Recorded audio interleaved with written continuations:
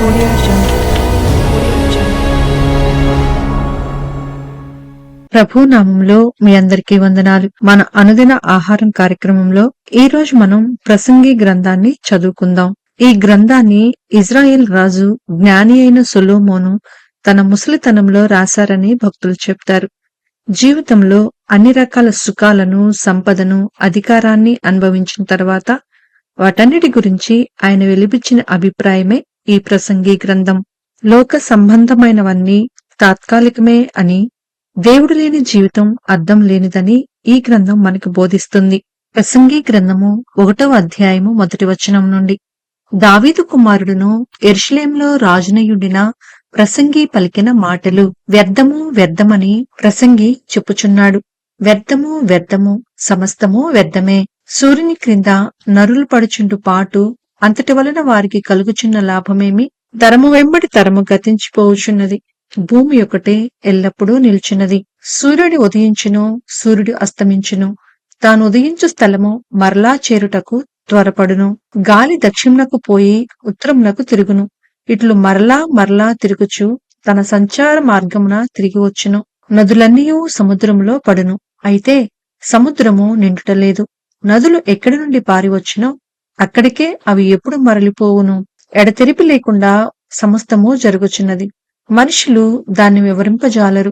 చూచుట చేత కన్ను తృప్తి పొందుకున్నది, వినుట చేత చెవికి తృప్తి కలుగుటలేదు. మునుపు ఉండినదే ఇక ఉండబోవునది, మునుపు జరిగినదే ఇక జరగబోవునది.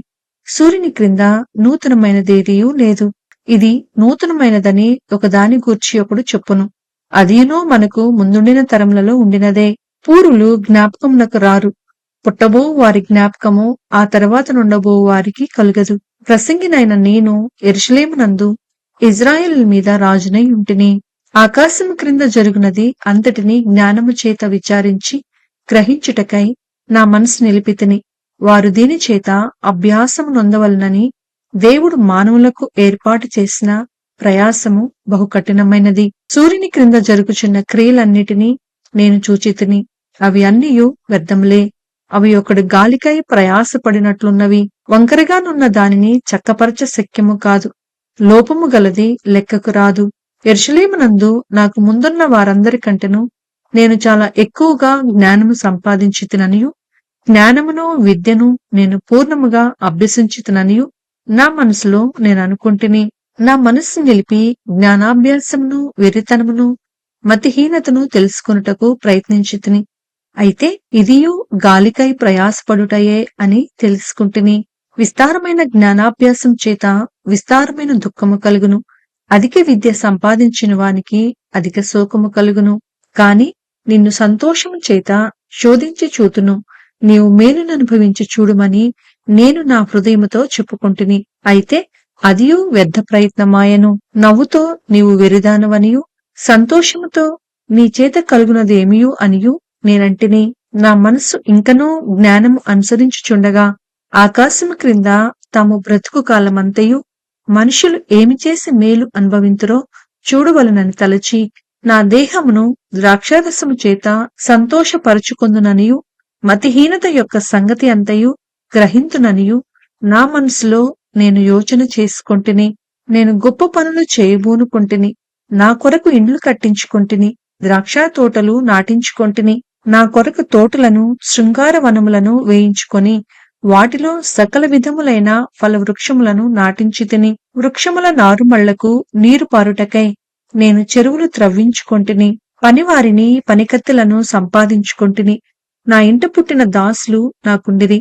యెరూషలేమునందు నాకు ముందుండిన వారందరికంటే ఎక్కువగా పశుల మందులను, గొర్రె మేకల మందలను బహు విస్తారముగా సంపాదించుకొంటిని. నా కొరకు నేను వెండి బంగారములను, రాజులు సంపాదించు సంపదను, ఆయా దేశములలో దొరుకు సంపత్తును కూర్చుకుంటిని. నేను గాయకులను, గాయకురాండ్రను, మనుషులిచ్చుచుండు సంపదలను సంపాదించుకొని బహుమంది ఉపపత్నులను ఉంచుకుంటిని. నాకు ముందు యెరూషలేమునందున్న వారందరికంటెను నేను ఘనుడనై అభివృద్ధి నొందితిని. నా జ్ఞానము నన్ను విడిచిపోలేదు. నా కన్నులు ఆశించిన వాటిలో దేనిని అవి చూడకుండా నేను అభ్యంతరము చేయలేదు. మరియు నా హృదయము నా పనులన్నిటిని బట్టి సంతోషింపగా సంతోషకరమైనదేదియూ అనుభవించకుండా నేను నా హృదయమును నిర్బంధింపలేదు. ఇదే నా పనులన్నిటి వలన నాకు దొరికిన భాగ్యము. అప్పుడు నేను చేసిన పనులన్నీయు, వాటి కొరకై నేను పడిన ప్రయాసమంతయు నేను నిదానించి వివేచింపగా అవన్నీయు వ్యర్థమైనవిగాను, ఒకడు గాలికి ప్రయాసపడినట్టుగాను అగుపడెను. సూర్యుని క్రింద లాభకరమైనదేదియూ లేనట్టు నాకు కనపడెను. రాజు తర్వాత రాబోవువాడు ఇదివరకు జరిగిన దాని విషయం సైతము ఏమి చేయనో అనుకొని నేను జ్ఞానమును, వెరితనమును, మతిహీనతను పరిశీలించుటకై పూనుకుంటిని. అంతటా చీకటి కంటే వెలుగు ఎంత ప్రయోజనకరమో, బుద్ధిహీనత కంటే జ్ఞానము అంత ప్రయోజనకరమని నేను తెలుసుకొంటిని. జ్ఞానికి కన్నులు తలలోనున్నవి, బుద్ధిహీనుడు చీకటి యందు నడుచుచున్నాడు. అయినను అందరికిని ఒకటే గతి సంభవించునని నేను గ్రహించితిని. కావున బుద్ధిహీనునికి సంభవించినట్లే నాకునూ సంభవించును కనుక నేను అధిక జ్ఞానము ఏలు సంపాదించితినని నా హృదయం నందు అనుకుంటిని. ఇదియు వ్యర్థమే. బుద్ధిహీనులను గూర్చినట్లుగానే జ్ఞానులను గూర్చియు జ్ఞాపకము ఎన్నిటికినీ ఉంచబడదు. రాబోవు దినములలో వారందరూ మరువబడిన వారై యుందురు. జ్ఞానులు మృతినందు విధమెట్టిదో, బుద్ధిహీనులు మృతునందు విధము అట్టిదే. ఇది చూడగా సూర్యుని క్రింద జరుగునది నాకు వ్యసనము పుట్టించెను. అంతయు వ్యర్థముగాను, ఒకడు గాలికై ప్రయాసపడినట్టుగాను కనపడెను. కనుక బ్రతుకుట నాకు అసహ్యమాయను. సూర్యుని క్రింద నేను ప్రయాసపడి చేసిన పనులన్నిటినీ నా తరువాత వచ్చువానికి నేను విడిచిపెట్టవలనని తెలుసుకొని నేను వాటియందు అసహ్యపడితిని. వాడు జ్ఞానము కలవాడయుండునో బుద్ధిహీనుడయుండునో అది ఎవనికి తెలియను. అయితే సూర్యుని క్రింద నేను ప్రయాసపడి జ్ఞానము చేత సంపాదించుకున్న నా కష్టఫలమంతటి మీదను వాడు అధికారి అయి ఉండును. ఇదియును వ్యర్థమే. కావున సూర్యుని క్రింద నేను పడిన ప్రయాసమంతటి విషయమై నేను ఆశ విడిచిన వాడనైతిని.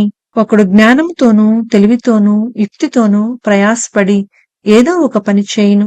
అయితే దాని కొరకు ప్రయాసపడని వానికి అతడు దానిని స్వాస్థ్యముగా ఇచ్చివేయవలసి వచ్చును. ఇదియు వ్యర్థమును గొప్ప చెడుగునై ఉన్నది. క్రింద నరునికి తటస్థించు ప్రయాసమంతటి చేతను వాడు తలపెట్టు కార్యములన్నిటి చేతను వానికేమి దొరుకుచున్నది? వాని దినములన్నీయు శ్రమకరములు, వాని పాట్లు వ్యసనకరములు. రాత్రి అందైనను వాని మనస్సునకు నెమ్మది దొరకదు. ఇదియు వ్యర్థమే. అన్నపానములు పుచ్చుకొనుట కంటెను, తన కష్టార్జితము చేత సుఖపడుట కంటెను నరునికి మేలుకరమైనదేదియూ లేదు. ఇదియును దేవుని వలన కలుగునని నేను తెలుసుకొంటిని. ఆయన సెలవు లేక భోజనము చేసి సంతోషించుట ఎవరికి సాధ్యము? ఏలయనగా దైవదృష్టికి మంచివాడిగా నుండువానికి దేవుడు జ్ఞానమును, తెలివిని, ఆనందమును అనుగ్రహించును.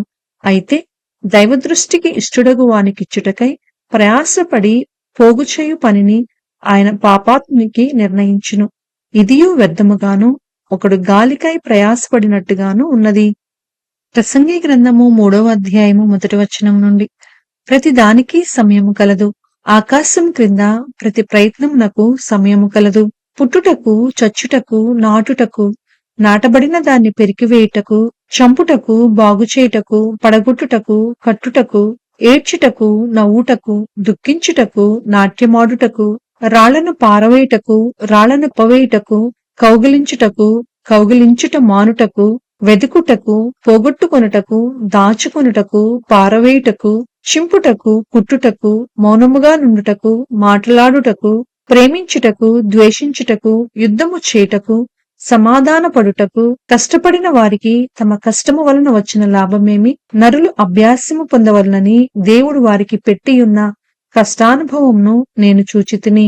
దేని కాలమునందు అది చక్కగా నుండునట్లు సమస్తమును ఆయన నియమించియున్నాడు. ఆయన శాశ్వత కాల జ్ఞానమును నరుల హృదయం అందుంచియున్నాడు. కాని దేవుడు చేయు క్రియలను పరిశీలనగా తెలుసుకొనుటకు అది చాలదు. కావున సంతోషముగా నుండుట కంటెను, తమ బ్రతుకును సుఖముగా వెళ్లబుచ్చుట కంటెను శ్రేష్టమైనదేదియూ నరులకు లేదని నేను తెలుసుకొంటిని. మరియు ప్రతివాడు అన్నపానములు పుచ్చుకొనుచు తన కష్టార్జితము వలన సుఖం అనుభవించుట దేవుడిచ్చు బహుమానమే అని తెలుసుకొంటిని. దేవుడు చేయు పనులన్నీయు శాశ్వతములని నేను తెలుసుకొంటిని. దానికేదియూ చేర్చబడదు, దాని నుండి ఏదియూ తీయబడదు.